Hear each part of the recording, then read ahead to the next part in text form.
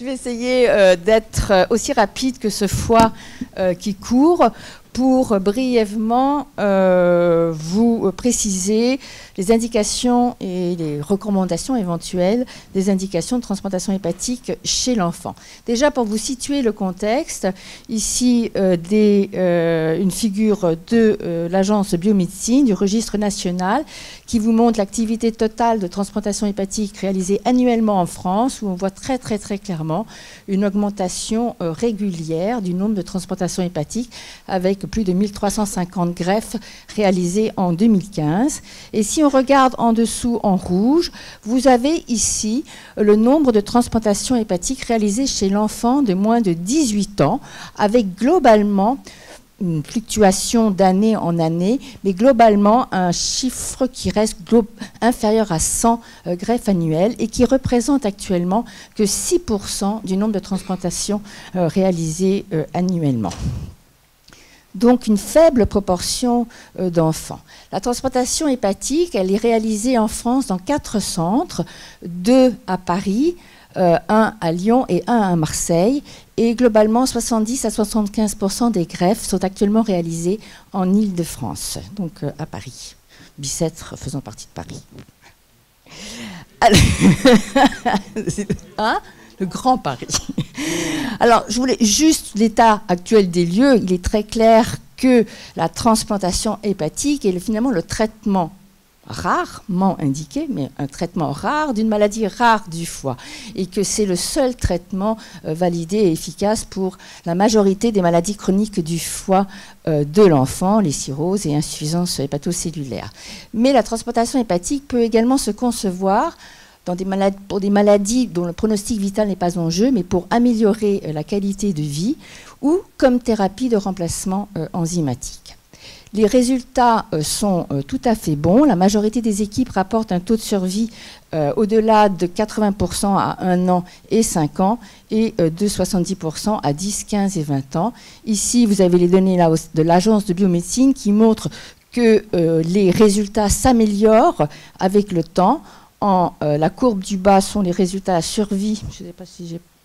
survie ici pour la période 85-95 versus ici la période la plus récente des enfants greffés à partir de 2006 où la survie à 5 ans est de 85% et les résultats continuent de s'améliorer. Et ce qui est important également de voir, c'est que finalement les résultats sont aussi bons chez les enfants greffés avant l'âge de 2 ans que chez ceux greffés entre l'âge de 3 et 5 ans et 6 à 10 ans.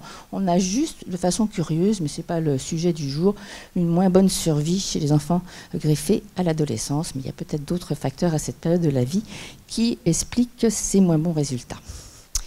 Alors, quelles sont les indications de greffe hépatique chez l'enfant? Ici, les données du registre européen.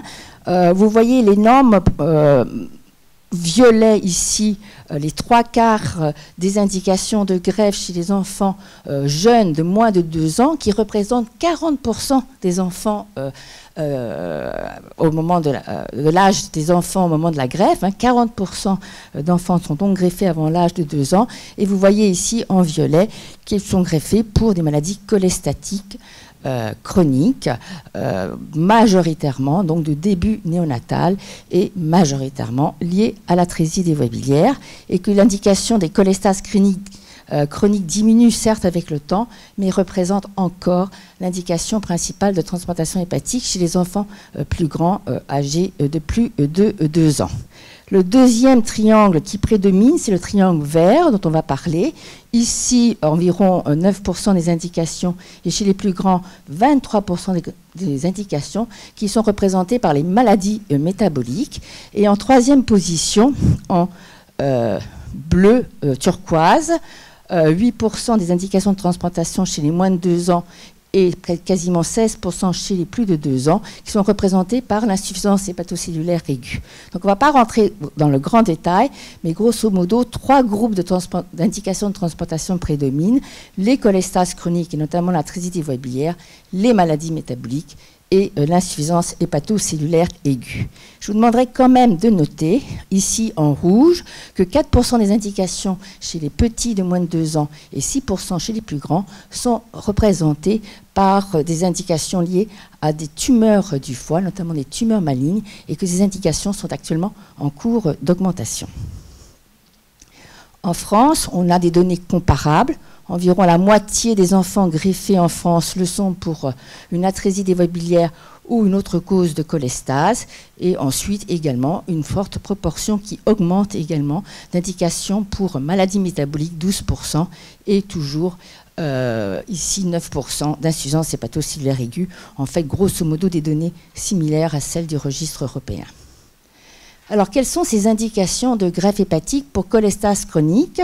L'atrésie des voies biliaires, maladie de début néonatal, les cholestases fibrogènes familiales, le plus souvent de début néonatal, le syndrome d'Alagille, le plus souvent de début néonatal, les déficits en alpha-antitrypsine, où là encore, ils se présentent le plus souvent de début néonatal par une cholestase avec une évolution rapidement cirrhogène chez une petite proportion d'entre eux, et puis quelques cas de cholangite sclérosante.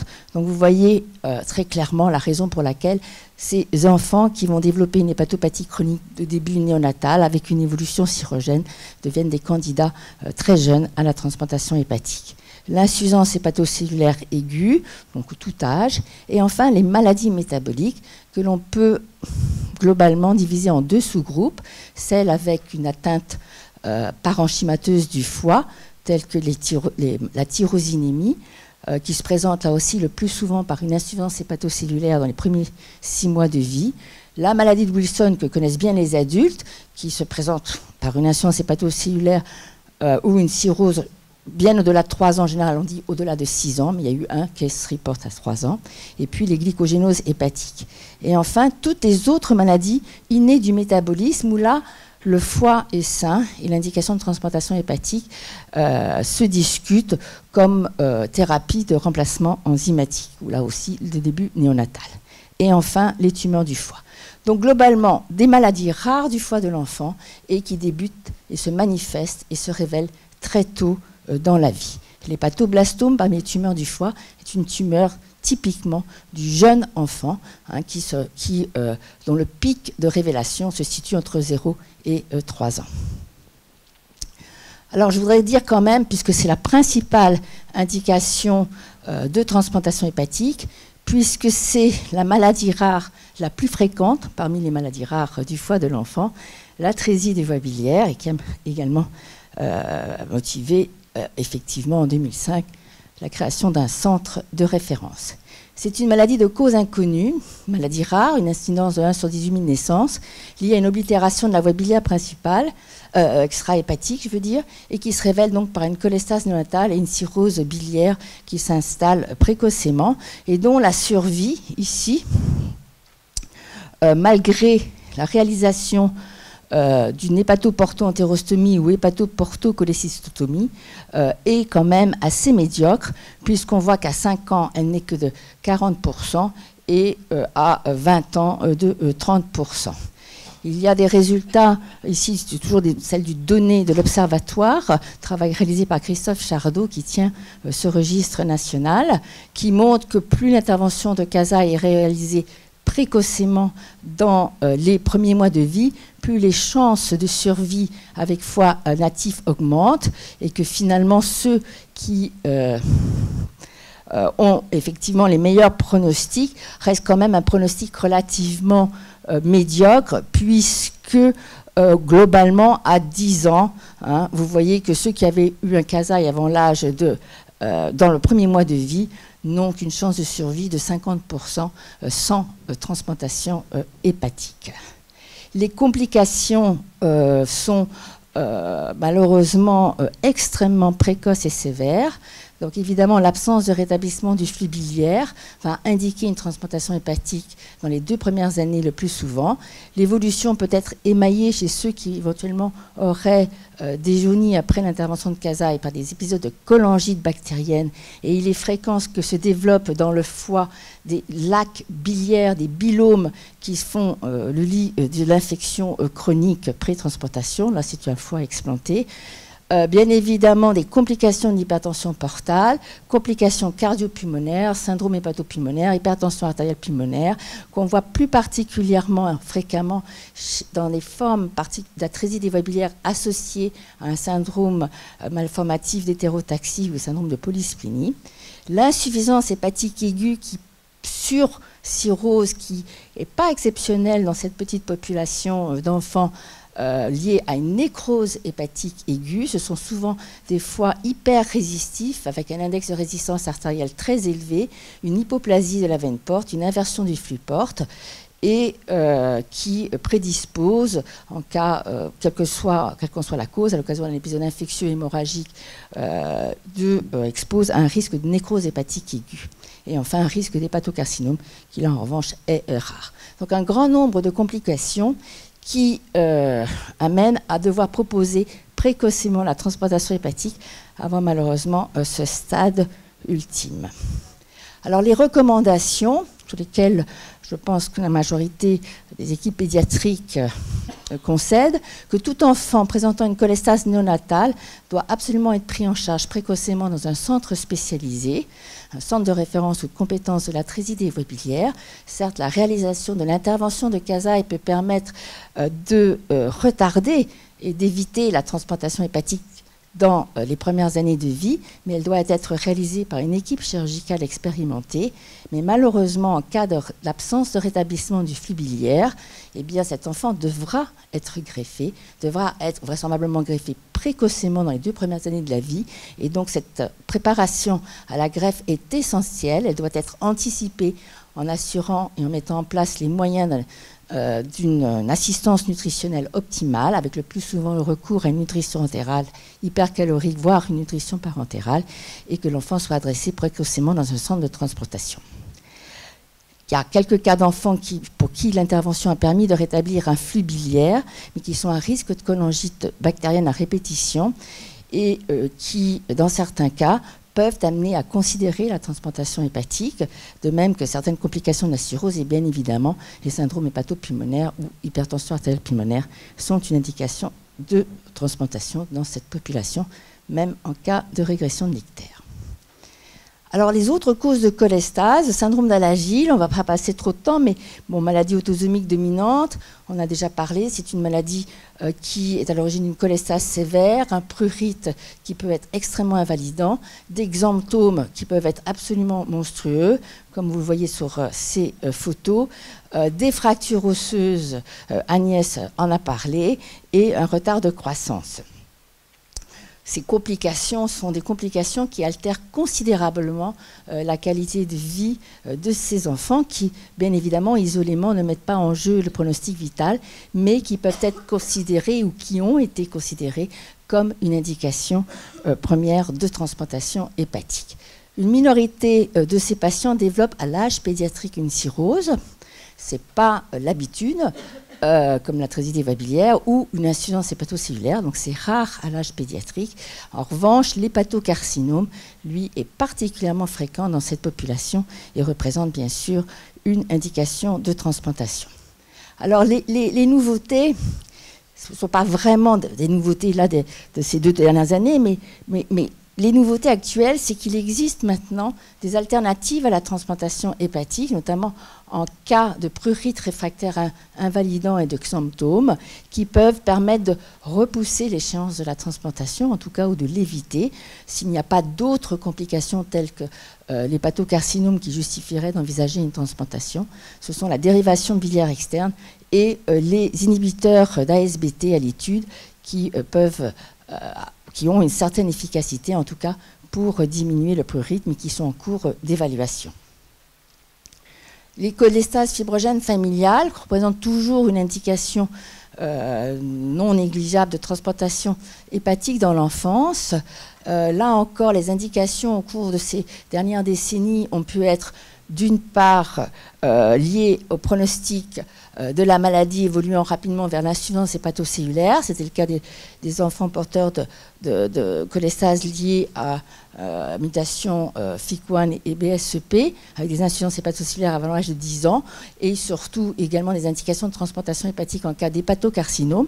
Mais il y a eu également des enfants pour qui la transplantation hépatique avait été proposée pour améliorer la qualité de vie en raison d'une cholestase particulièrement sévère, d'un retard de croissance et d'un prurite réfractaire. Et là encore, ces indications pour l'instant en tout cas, mérite de reconsidérer la transplantation. Il existe des alternatives, et là encore, des résultats parfois tout à fait satisfaisants de la dérivation biliaire externe, des inhibiteurs également d'ASBT qui sont à l'étude, et puis la pharmacothérapie ciblée, je ne vais pas en parler en fonction du type de mutation de BSEP, et la transplantation d'hépatocytes. Donc, des perspectives, en tout cas, qui laissent penser que ces enfants ne vont plus systématiquement tous être considérés pour la transplantation. Donc, les recommandations, on peut simplement dire que le traitement de référence reste certes la transplantation hépatique dans ces cas de maladies compliquées de cirrhose et d'insuffisance hépatocellulaire ou d'hépatocarcinome, les cholestases fibrogènes familiales comme le syndrome d'Alagille nécessitent un dépistage très rapproché de cette complication qui malheureusement est plus fréquente pour ces maladies. L'indication en revanche de transplantation pour traiter le prurite et les conséquences de la cholestase maintenant peut être envisagée avec un peu plus de réserve compte tenu des essais thérapeutiques qui portent essentiellement sur les inhibiteurs d'ASBT chez les enfants porteurs d'un syndrome d'Alagille ou de cholestase fibrogène familiale et la possibilité de thérapie pharmacologique ciblée pour certaines cholestases fibrogènes familiales.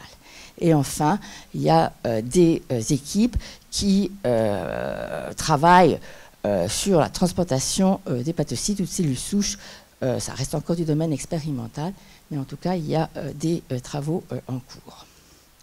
L'insuffisance hépatique aiguë, on ne va pas trop détailler. Ici, un travail réalisé à Bicêtre qui vous montre les principales causes d'insuffisance hépatocellulaire aiguë en fonction de l'âge, avec une grande prédominance de maladies métaboliques. 50% de nourrissons de moins de 1 an avaient une insuffisance hépatocellulaire aiguë d'origine métabolique, suivie des causes infectieuses, toxiques, auto-immunes, hématologiques. Et chez les enfants plus grands, eh bien, c'était des causes soit infectieuses virales, mais là encore, quelques cas donc, de maladie de Wilson, mais surtout un taux non négligeable, 1/4 des enfants de plus de 1 an n'ayant pas d'étiologie précise, en tout cas précisément retrouvée. D'une manière générale, c'est surtout ici ces maladies métaboliques qui sont particulièrement importantes à screener rapidement. C'est un mode de révélation donc d'un grand nombre, l'insuffisance hépatique aiguë est un mode de révélation d'un grand nombre de maladies métaboliques chez le nouveau-né nourrisson et dont on sait que la prise en charge thérapeutique et diététique précoce va permettre d'éviter la transplantation hépatique. Et puis à l'inverse, vous avez ici les causes hématologiques, pas de flèche, mais causes hématologiques, 7% chez les petits, 2%. Il s'agit de lymphohistiocytose familiale ou de leucémie à tout âge, qui sont des contre-indications formelles à la transplantation. Donc ce qu'on peut dire simplement, c'est que tous ces enfants se présentant avec une insuffisance hépatocellulaire aiguë doivent absolument précocement être transférés dans des centres spécialisés à proximité d'un centre de transplantation hépatique pédiatrique, bien avant le stade d'encéphalopathie hépatique, pour se donner le temps de préciser le plus rapidement possible la cause de l'insuffisance hépatocellulaire, de conduire le traitement étiologique et symptomatologique qui peut permettre d'éviter la transplantation hépatique chez un bon nombre de ces enfants et également dépister les contre-indications qui sont particulièrement fréquentes chez le nouveau-né et le nourrisson. Les maladies métaboliques, troisième groupe, donc gros chapitre d'indication de transplantation hépatique, celles avec atteinte parenchymateuse, celles sans atteinte parenchymateuse où la transplantation hépatique s'inscrit comme thérapie de remplacement enzymatique. Je vous ai mis ici des noms de maladies. Je voulais vous montrer que les données de l'ELTR, de l'European Liver Transplant Registry, qui vous montrent quand même qu'il y a une proportion non négligeable d'enfants greffés pour maladies métaboliques et que ces maladies métaboliques sont représentées pour quasiment un tiers par des maladies sans atteinte parenchymateuse du foie, que sont l'oxalose primitive, la maladie de Crigler-Najjar, et puis d'autres qui comprennent des aciduries organiques et des anomalies du cycle de l'urée, où là, la transplantation hépatique, à l'évidence, est indiquée comme thérapie de remplacement enzymatique. Des recommandations, il est bien difficile d'en faire dans ce domaine, car l'utilisation de la transplantation d'abord nécessite de connaître parfaitement bien l'évolution naturelle de ces maladies, qu'il existe en général pour ces maladies d'autres options thérapeutiques, que ce soit des options thérapeutiques diététiques, de régime ou de thérapie médicamenteuse, et que donc c'est souvent une balance entre les risques et les contraintes liées au traitement versus les risques et les contraintes liées à la transplantation. Et que donc ces enfants qui ont ces maladies métaboliques doivent être pris en charge dans des centres spécialisés et notamment sont le plus souvent pris en charge dans les centres de référence des maladies métaboliques. Ce qu'on peut globalement se dire, c'est que lorsque le déficit métabolique est purement hépatique, eh bien, la transplantation hépatique préemptive peut être une option, en tout cas à considérer, lorsqu'il existe des conséquences extra-hépatiques qui peuvent être gravissimes. Et pendant longtemps, par exemple dans la maladie de Crigler-Najjar, eh bien, dont les conséquences étaient l'ictère nucléaire et les complications neurologiques, la transplantation hépatique était proposée. Certes, elle a été réalisée chez un bon nombre de patients à Bicêtre, et actuellement n'est plus retenue comme indication première à la transplantation hépatique puisque s'est développée la transplantation d'hépatocytes et de cellules souches, toujours en cours d'évaluation, mais en tout cas qui est indiquée dans ce type précis de maladie. Il existe en revanche dans les formes de révélation néonatale des anomalies du cycle de l'urée, eh bien, la transplantation hépatique peut trouver encore également sa place pour prévenir les conséquences sur le plan neurologique. Et puis enfin, l'hyperoxalurie primitive. Là, proposer la transplantation hépatique seule avant le développement secondaire d'une insuffisance rénale reste encore un sujet débattu dans les équipes de néphrologie. Quand le déficit n'est pas uniquement hépatique, la réserve de réaliser une transplantation hépatique seule est de ne pas prévenir les complications extra-hépatiques et c'est notamment le cas des aciduries organiques. Donc on ne peut pas faire de recommandations. Tout ce qui est très clair, c'est que la rareté de ces maladies, la rareté donc de ces indications rend absolument nécessaire une collaboration, certes nationale, mais elle existe déjà au niveau international, afin de récolter suffisamment de données pour définir les meilleures stratégies pour ces patients. Voilà. Enfin, les tumeurs primitives du foie, j'accélère. L'hépatobblastome, c'est la tumeur la plus maligne, la plus fréquente de l'enfant, qui représente 43% des tumeurs malignes et qui peut être une indication de transplantation hépatique première qui s'inscrit dans le schéma thérapeutique. Ici, la classification la Société internationale d'oncologie pédiatrique et où sont représentées en noir la localisation des tumeurs. Et effectivement, dans le cas particulier de volumineuses tumeurs centrales ou de tumeurs multifocales touchant aussi bien le lobe droit que le lobe gauche, eh bien, la transplantation hépatique est indiquée puisque le traitement chirurgical est l'hépatectomie totale. Et que donc, ayant une attitude de chimiothérapie première, transplantation hépatique, suivie d'une chimiothérapie secondaire qui fait partie des protocoles actuels, c'est chimiothérapie, chirurgie, chimiothérapie, eh bien on voit que la transplantation hépatique réalisée en première intention offre d'excellents résultats dans les données du registre Siopel dans l'expérience mondiale et lorsqu'on reprend tous les cas publiés dans la littérature, alors qu'à l'inverse, si on fait la chimiothérapie, une exérèse qui n'est pas totale, suivie de chimiothérapie, et que la transplantation hépatique est indiquée en cas de thérapie de sauvetage, c'est-à-dire de récurrence, eh bien, les résultats sont nettement plus mauvais. Donc, très clairement, les recommandations sont que pour tous ces patients, enfants jeunes, le plus souvent, porteurs d'un hépatoblastome multifocal, correspondant à la classification Siopel prétexte 3 ou 4, soit qu'il y ait un avis qui soit pris précocement auprès d'un centre de transplantation, que l'indication de transplantation hépatique apparaît évidente lorsqu'il y a des tumeurs multifocales de prétexte 4, et que donc la transplantation hépatique s'inscrit dans le cadre du schéma thérapeutique avec une demande d'inscription en super-urgence pour cette transplantation entre 2 cures de chimiothérapie pour éviter de les transplanter en pleine période d'aplasie. Voilà, donc grosso modo, et ce sera ma conclusion, je voulais vous transmettre que si le nombre de greffes hépatiques réalisées chez l'enfant n'a pas franchement significativement augmenté depuis 20 ans, on peut noter des modifications des indications de transplantation de l'âge moyen des candidats à la greffe, et que si on regarde les données du registre de l'Agence de biomédecine en 2015 sur 101 nouveaux inscrits, on note qu'il y a toujours une prédominance d'inscription pour atrésie des voies biliaires, mais qui a tendance à diminuer, qui représentait en 2015 que 31% des indications, et c'est peut-être lié à une meilleure prise en charge de ces patients. Une expertise chirurgicale qui s'est concentrée dans les centres de référence et de compétences. On note une augmentation des indications de transplantation hépatique pour les erreurs innées du métabolisme qui a atteint 19% en 2015, erreurs innées du métabolisme sans atteinte parenchymateuse du foie, c'est-à-dire uniquement comme thérapie de remplacement enzymatique, et également une augmentation des indications pour tumeurs du foie, il s'agit essentiellement d'hépatoblastomes.